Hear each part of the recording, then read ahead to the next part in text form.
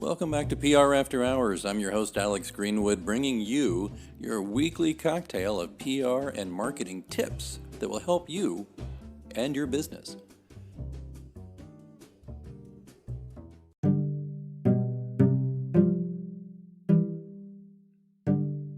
Stick around, we'll get started right after these messages.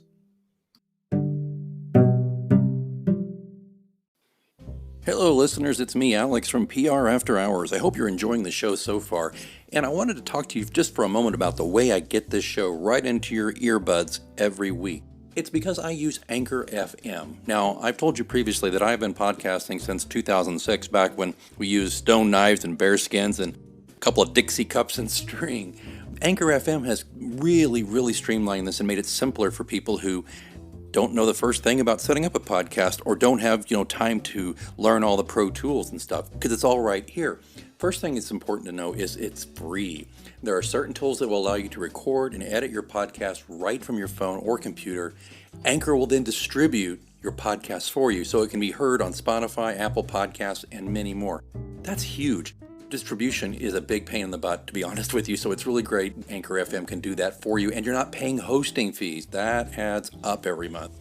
It's everything you need to make a podcast all in one place, so download the free Anchor app or go to Anchor FM to get started, and be sure to join me in the virtual cocktail lounge on PR After Hours. Is your brand using social media the right way? Now, you think you are. I know you think you are. I know that you think, hey, I have an Instagram page. I got Facebook. I got Snapchat. I got TikTok. I got all this stuff going on, and I'm using it the right way. I can almost guarantee you're not, and I'll tell you why. Because I know I'm not, and I've been a social media expert, as they say, for years. And it's hilarious because there is so much to social media. There's so many things to learn, and I think the best place to go learn it are the people who are just out there killing it, doing such a great job. That's why I'm really excited today to welcome Kayley Lauren to the show. Kayley is a 22-year-old, and I had permission to tell her age, by the way, a 22-year-old founder and CEO of worldwide social media and branding agency, Lauren Design Company. Kayley is a social media influencer with more than 500,000 viewers on YouTube and 6,000 followers on Instagram. She found a way to transform her social platform expertise into a profitable 5-figure business, get this, in under 6 months. She's worked with more than 75 businesses worldwide and has now expanded her team with 5 extra members to assist with her daily digital to-dos. I am ready to get schooled by Kayley Lauren. Kayley, welcome to the Virtual Lounge. Hi, Alex. Thank you so much for having me. It is a joy to have you here. I was saying off camera, off before we turned on the show, that you may very well be the youngest guest we've had on the show. And I have to say 2 things as an old geezer. Okay, first of all, one thing I want to say about that is, of course, welcome and thank you for joining us. And second thing, though, is I love your confidence. I love the fact that you're not sitting back waiting for stuff to happen. You're making things happen in your career. Have you always been this way your whole life? Yeah, I think my parents definitely taught me, if you want something, go for it. There's also so many inspirational entrepreneurial accounts out there that are just always give you quotes like, don't wait till it's perfect, and just start. So that's definitely the words that I live by. Just start, no matter what you do. I love that because, if you wait till things are perfect, probably ain't never going to happen, right? Kind of like that sentence was full of like mistakes grammatically, but the point was made. Yeah, I believe that too. Seth Godin, who another geezer, but he's a great marketing guru.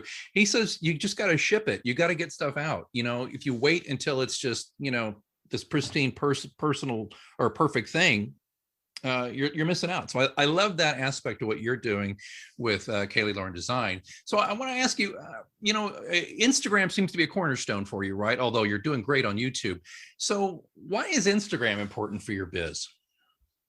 I think Instagram is important for any business. Honestly, nowadays, everything is online, but most importantly, Instagram's the place to do it because it gives you a personality. It gives your followers something to kind of go off of. It's not just you trying to sell all the time. It kind of gives your business leeway to interact with your followers, have a personality, showcase your brand, marketing. I think Instagram's definitely the place to be. And that's why, yeah. Well, and of course, it's kind of the little sister to Facebook. But Facebook is, if I ask you to compare the two, do you do much on Facebook these days, or is it just nowheresville now? I mean, we do connect people's Instagrams to their Facebook accounts. So whatever we post, it goes to their Facebook. I do know Facebook is important, but I feel like the millennials nowadays, none of us are on Facebook. So it is, I find Instagram much more important, but that's not to say Facebook isn't. But no, we don't. At Learn Design, we don't do any Facebook media or Facebook management, sorry, of that sort.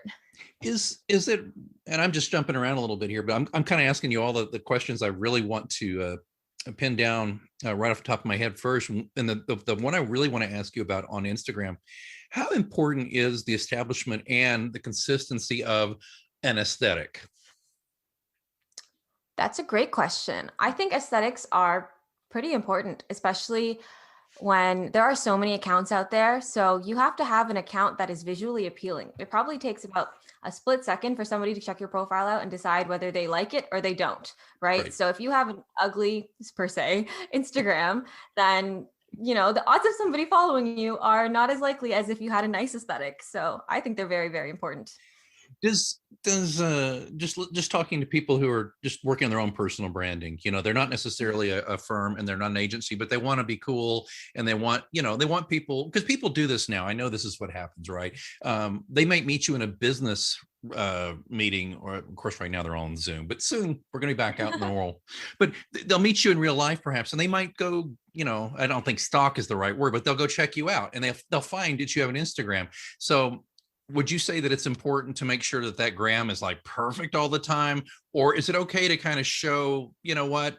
Because I mean, if you look at mine, it's clearly, I don't care about an aesthetic. I'm just like, here's me. This is this messy old dude. This is a few things. This appeals to me. Half the time you've got like, me with like words, and half the time you got these bad pictures, or me hiking or something like that. But it's like it's all over the place.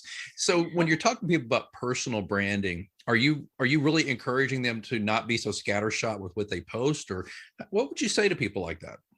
Actually, I think for personal branding, it is important to showcase all aspects of your life. So what you said, hiking mixed with your job, everything. It is important to show that you're not just like work, work, work, if that's not who you are as a person. Right. Your account should automatically like kind of just reflect who you are, right? So if that's how you kind of describe yourself, just scattered all over the place, then your Instagram should kind of reflect that too.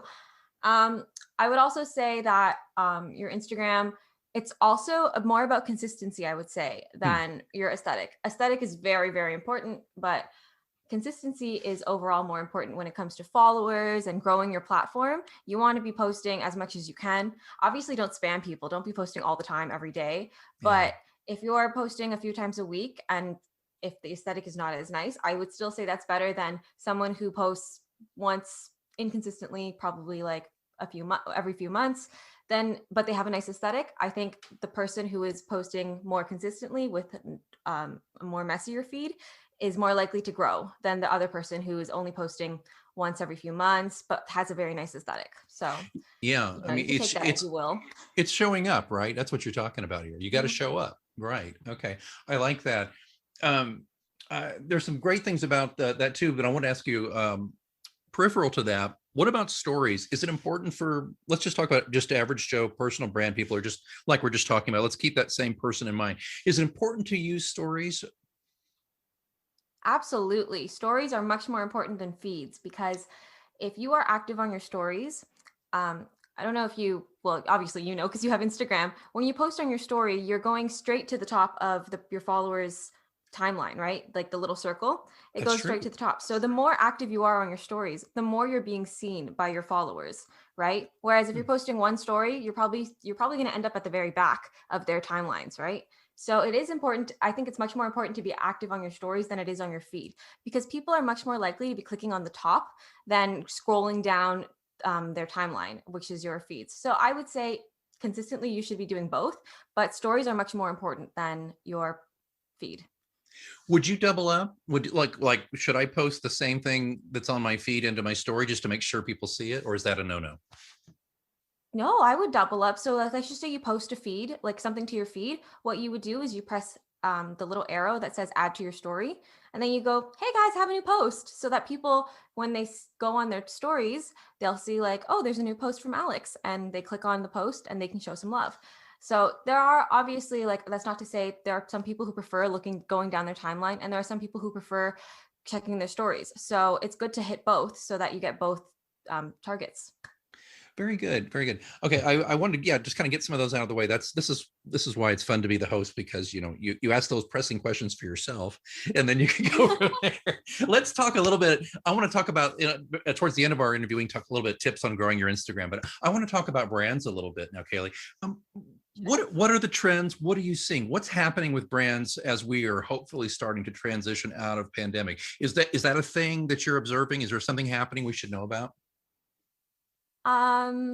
I guess because we're in the pandemic is what you're saying. So people probably have less posts going on with their businesses because their businesses are probably closed. So in the meantime, while that's happening, I would suggest probably doing lots of filler posts. Filler posts are kind of just posts that aren't necessarily what your work is, but they could be quotes, infographics, anything that your followers can kind of resonate with to kind of continue, or for you to kind of continue posting as the pandemic is happening. Because obviously we can't, like, if you're a lash artist, you can't really be doing lashes right now. I mean, now you can because we're out of lockdown, but last week we weren't. So but also I think fillers in general are important because you shouldn't be, I find on Instagram, you shouldn't be just you. It has to, you have to kind of give a little, right? You have to give your followers a reason to want to follow you, whether that's providing education, providing inspiration, motivation, something that your followers can kind of resonate with and connect with you on a different level. I like that too. I talk about social media in general often on the show, and I say, it's a lot like a party, and we've all been stuck in the corner with the guy who won't shut up about himself, and that gets old. That's great. Right? Because what's happening, Kayley? You're looking kind of over his shoulder at somebody to please rescue you so you can get away from it. It's so obnoxious. That's so please use that. I've been using that one for years, but please go ahead. But no, I think that's the case. And I love it when you reinforce that, because there's so many people on social media who it's just like, here's me at the gym. Here's me making a protein shake. Here's me and my toy dog. Here, it's just like, I don't know about a lot of people, but I get sick of me, I don't want to post about me. So it's a joy to like share like a link to somebody else or just a beautiful sunset or, something, so I love to hear that. Well, let's talk a little bit though about growing your Instagram. Do you mind giving us just a little bit of a primer here on what the basic tips you give people if they want to try to up their follower count? Follow people who are similar to your niche. So let's just say you are a podcaster. You should be following other podcasters that, you look up to, that you want to be like, or not be like, but you want your account to kind of resemble. Right. So, and especially when you're following them, look at what they're doing. What are they doing that is helping them? And are you doing that to your account? Kind of apply the things that they're doing. Hashtags, super, super important. You don't want to use like the hashtags in the millions. You always want to target, I think it's 250K to 550,000K or 50K, 25K to 50K, something like that. But it should be within the thousands, because the more likely that's more likely that people will see your post. Whereas when you target hashtags in the millions, it's just going to get lost within like the first second, right? When you search that hashtag, for example, if you type in hashtag happy, which is probably like so overloaded, you type in happy and then you refresh, your post is all the way at the bottom of the happy. So you're not going to be seen. So it's very, very important to find a middle ground within your hashtags. Don't find the ones that are like one post or two posts. You want a good amount. That's why I say stay within the thousands. But yeah, don't overload them with like the millions either, because it's just kind of pointless as well. And I'm glad you said, just to cut in, just to tell you, I made that mistake. I looked at hashtags. I thought, I didn't even think about it the right way. I'm embarrassed to say this. I like, oh, well, there's a million people who likes cocktails of Instagram. I better get on there. So what you're totally. It's a very common mistake. Okay. Very good. So, okay, good. Please continue. Yeah, go ahead. yeah, following accounts similar to you. Also, just being engaging. So, if people are commenting on your posts, it's really important that you're replying back if you have time.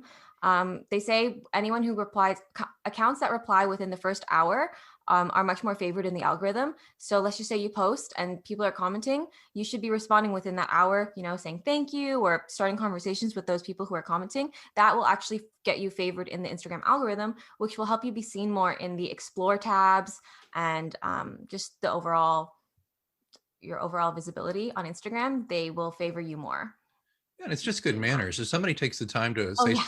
I mean, I had a couple just today on a post. I don't get a lot. Okay, obviously, but I made sure you at the very least heart that they made a comment, so you acknowledge Yes. them, right? I mean, that's nobody wants to feel ignored, and nobody. I understand if you've got 1 million followers, or if you're Kayley Lauren. I mean, you're really busy, and you got probably millions of people who are pinging you all the time. But if you're not, I think it's a good idea. I like that. I really like that idea. Let me talk to you a little bit about the bio. I have a couple of specific questions on the bio. Yes. What should that look like? What are the have-tos? What's like, Alex, don't be an idiot. You got to have these 3 or 4 things on your bio. Go. Great question. So for your bio, your name, first of all, it should say kind of what your business is. So for example, like instead of my name for my Lauren Design, it shouldn't say Lauren Design. I mean, it can, but the odds of somebody searching you are much less likely than if I wrote Toronto graphic designer or Instagram management, right? Because when people are searching in their search bar, they're not looking for Lauren Design. They're looking for an Instagram manager, right? So they're Right. going to type in Instagram management. So the odds of them finding me with my name written as Instagram manager instead of Lauren Design, because even if Lauren Design comes up, they're not going to know, for example, that that's what I do, right? Right. So it's very important to change your name to whatever your business is that you are targeting.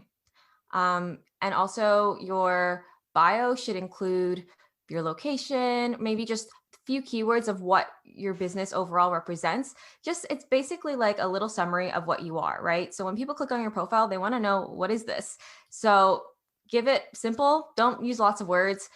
Hashtags in your bio as well. Not a lot, don't spam them. But if you Right. put like 1 or 2 important hashtags, it's really helpful as well, because people will be able to not only find you through the search bar, but they'll be able to find you through the hashtag searches as well.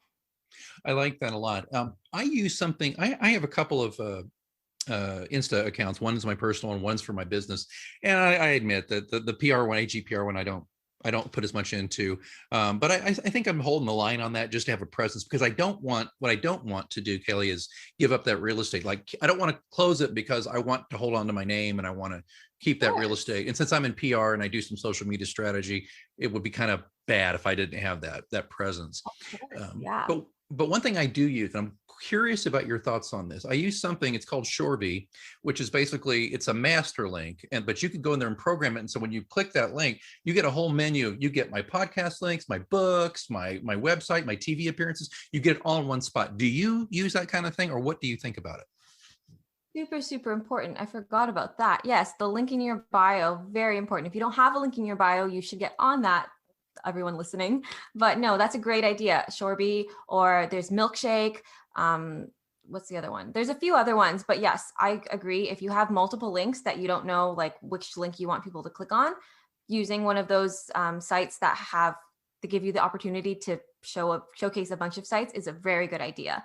I would say, like, don't overload them with like dozens and dozens of links. Kind of use pick the ones that you really want people to click on, because sometimes it just overwhelms people. But I would agree that's a great idea to use Shorby or Milkshake. I think that you make a good point. I need to go probably prune the tree a little bit. I've got a few too many links in there, probably, because you're right. You go up and it goes, oh, I think I do, Kayley. I really don't Maybe go you're look. just an important person, right? Like sometimes you can't narrow it down. Well, I'm just cheap, I guess. I just, I want to make sure everybody finds everything. But I need to check that out. And I like your idea about that, because really people they can hang on to about 3 concepts about who you are at a time, really, right? Absolutely. Yeah. So if you show up and go, it's like, well, let's use the party analogy again. And it's like everybody is just BYOB, but then I show up with like, a half a dozen pizzas, a bucket of chicken, some, people are going to be like, what is that? What's his deal? He's trying too hard. That's what they're going to say. No, actually, you would be probably the life of the party if you bought all those things. Oh, perfect answer. Perfect. You are so wise. Here's a last big question I want to work on with you really quickly.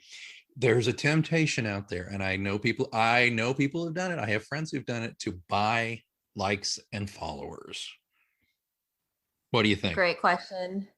Buying likes or followers actually can get you shadow banned. I don't know if you guys know what that is, but being shadow banned basically means Instagram doesn't even tell you if you've been shadow banned. Okay. So you could be buying, let's just say you have 650K followers and you're like, oh my God, my account's popping. It's really not, because you're not showing up in the explore feed. You're not showing up in this when people are searching for hashtags. Everything that we've been talking about, you will not be showing up. You'll never know. So don't buy your likes, because Instagram they can tell. So I wouldn't say that they automatically shadow ban you, but you're much more likely to be shadow banned if you purchase your likes or your follows. That's not to say if you buy a few likes here and there to kind of boost your posts, it's not going to do anything. But if you're continuously buying your followers and continuously buying your engagement, your Instagram algorithm is not going to like you very much, and you're not going to be showing up. And that's why if you notice, if anyone's buying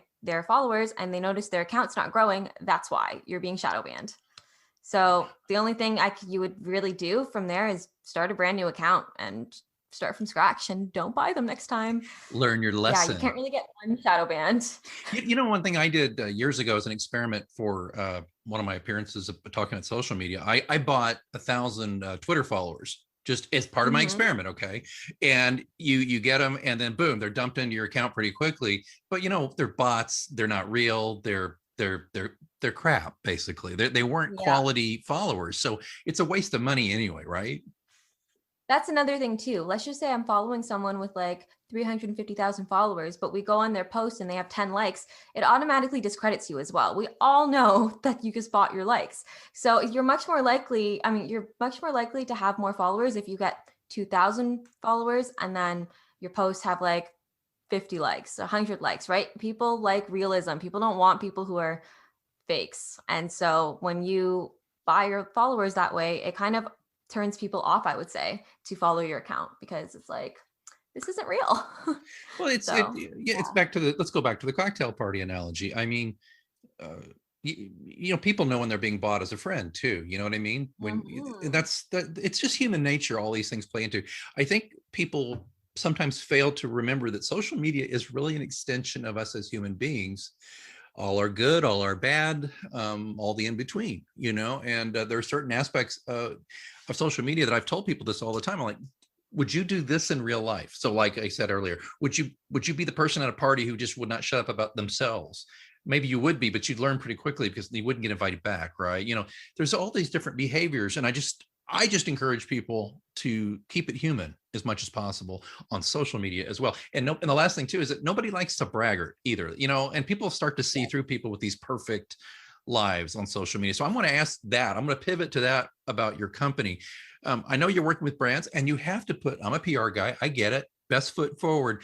But is there a tension between putting the best foot forward and going too far and making it look like, their life is absolutely perfect, or the brand is completely perfect? Any thoughts on that? I mean, I guess it depends on the person.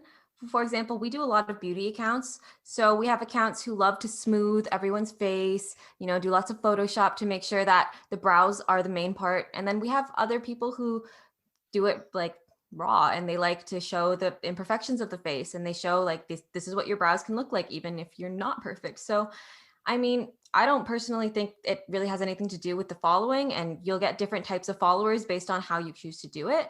I noticed like the ones who like to over Photoshop their pictures, usually they'll get a lot more younger following, because that's what we do. Like, I feel like as millennials, we all Photoshop everything. But it's, if you're targeting more of an older audience for your business, then it's more important to be real, because most people who are older are going to be like, well, my skin doesn't look like that. Like I can't, maybe like this service isn't for me. Right. Right. So it honestly depends. I wouldn't say like one or the other is the right way to do it. Right. But yeah. There's no hard, fast rules. What you're saying, it's case by case, and that's the same Yes. thing that I deal with my clients too when I'm dealing with them in a public relations realm. It's just what works best, what suits your brand identity, your tone, all those things. Well, okay, as we're going to close out, we got to talk a little bit though about your company. Let's say, okay, who hires you? Who's your ideal client, and what do you do for them?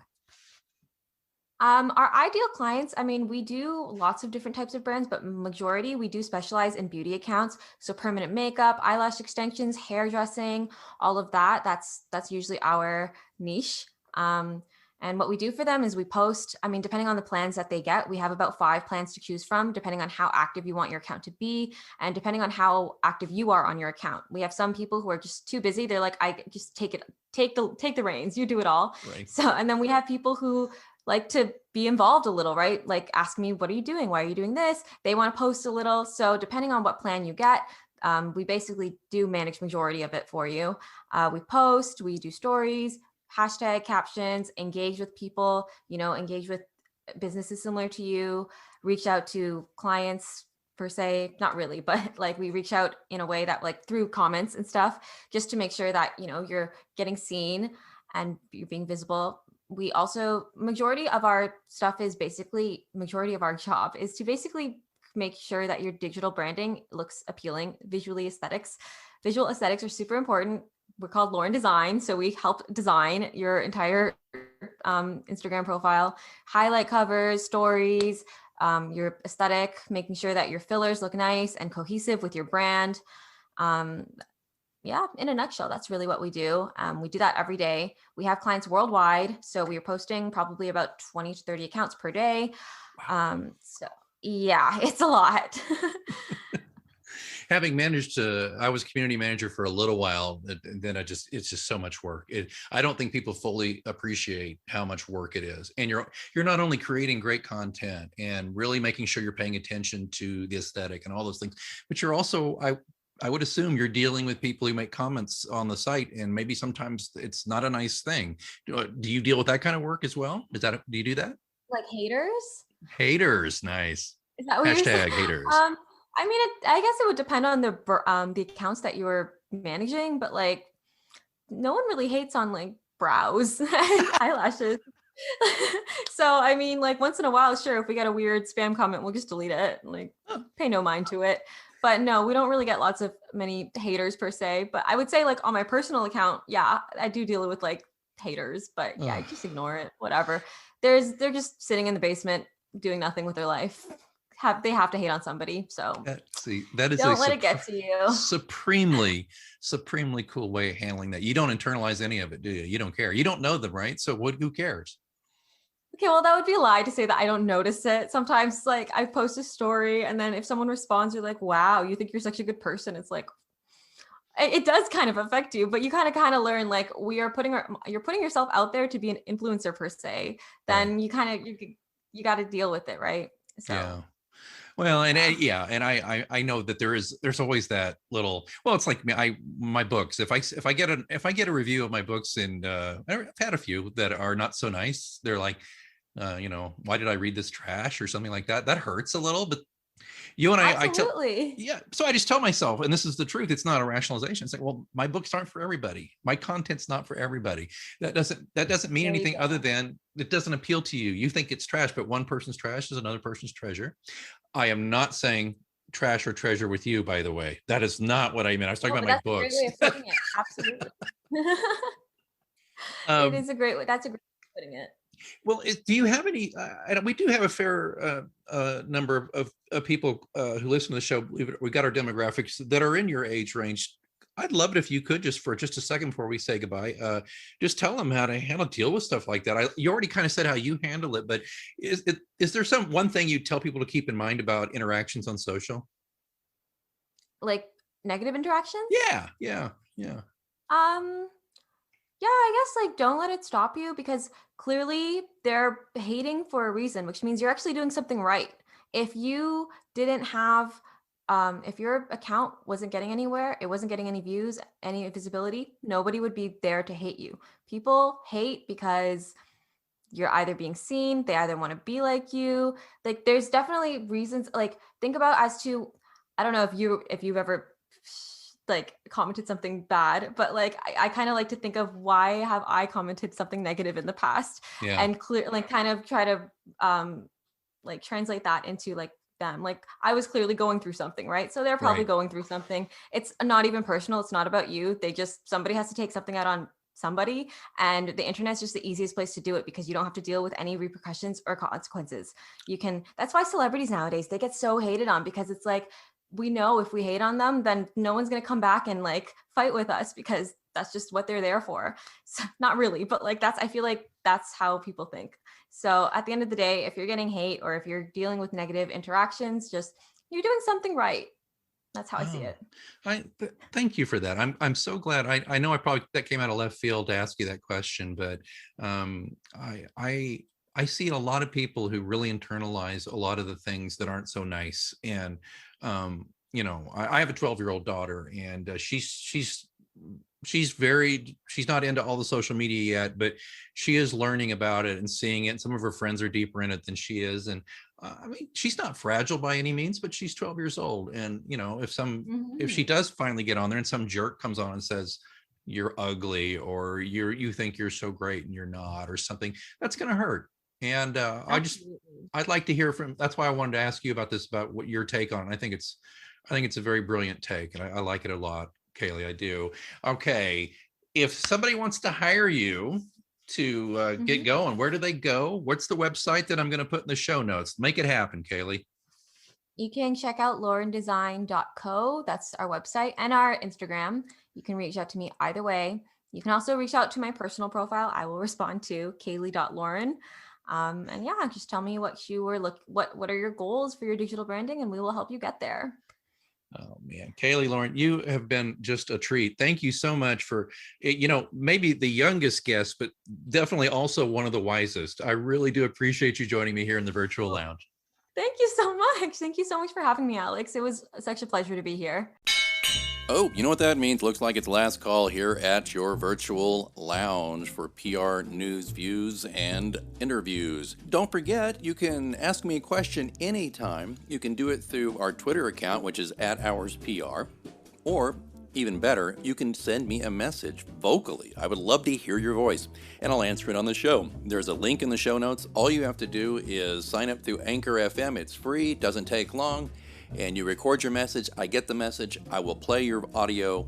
Just give me your first name and the city you live in, and then I will answer the question to the best of my ability right here on the show. Don't forget to, if you're enjoying this podcast, you can support it and help increase the frequency and value of the show.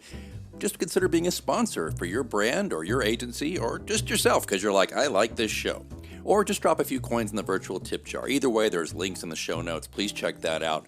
All of that, of course, being in the show notes where you're listening right now, or at prafterhours.com. I see that they're turning up the lights. Last call is over, and I've got to clean up this virtual lounge. And until next time, I'm Alex Greenwood, and you've been listening to PR After Hours on Anchor FM.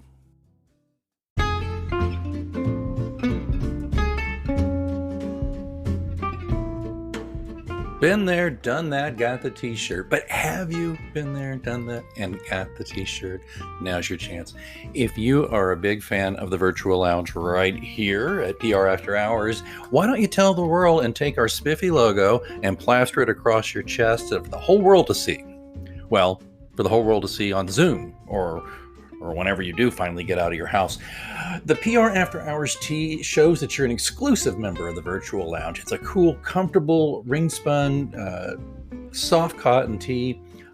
We look for the best possible options we could go for in these t-shirts, and it's in a variety of colors. You can get them in dark heather gray, royal blue, storm, maroon, or good old-fashioned white. These are really comfortable shirts. We offer a premium unisex tee from extra small all the way to 4XL, and a women's slim fit tee, which goes from small to 2XL. They are a hoot, they look cool, and besides, they'll do what we love to do most here at PR After Hours, start a conversation. The PR After Hours t-shirt is available now on Bonfire. The link is in the show notes, and I hope you'll look into getting one. I not only think they look cool and be great conversation starters, but they'll help us keep the virtual lounge doors open. Thanks so much.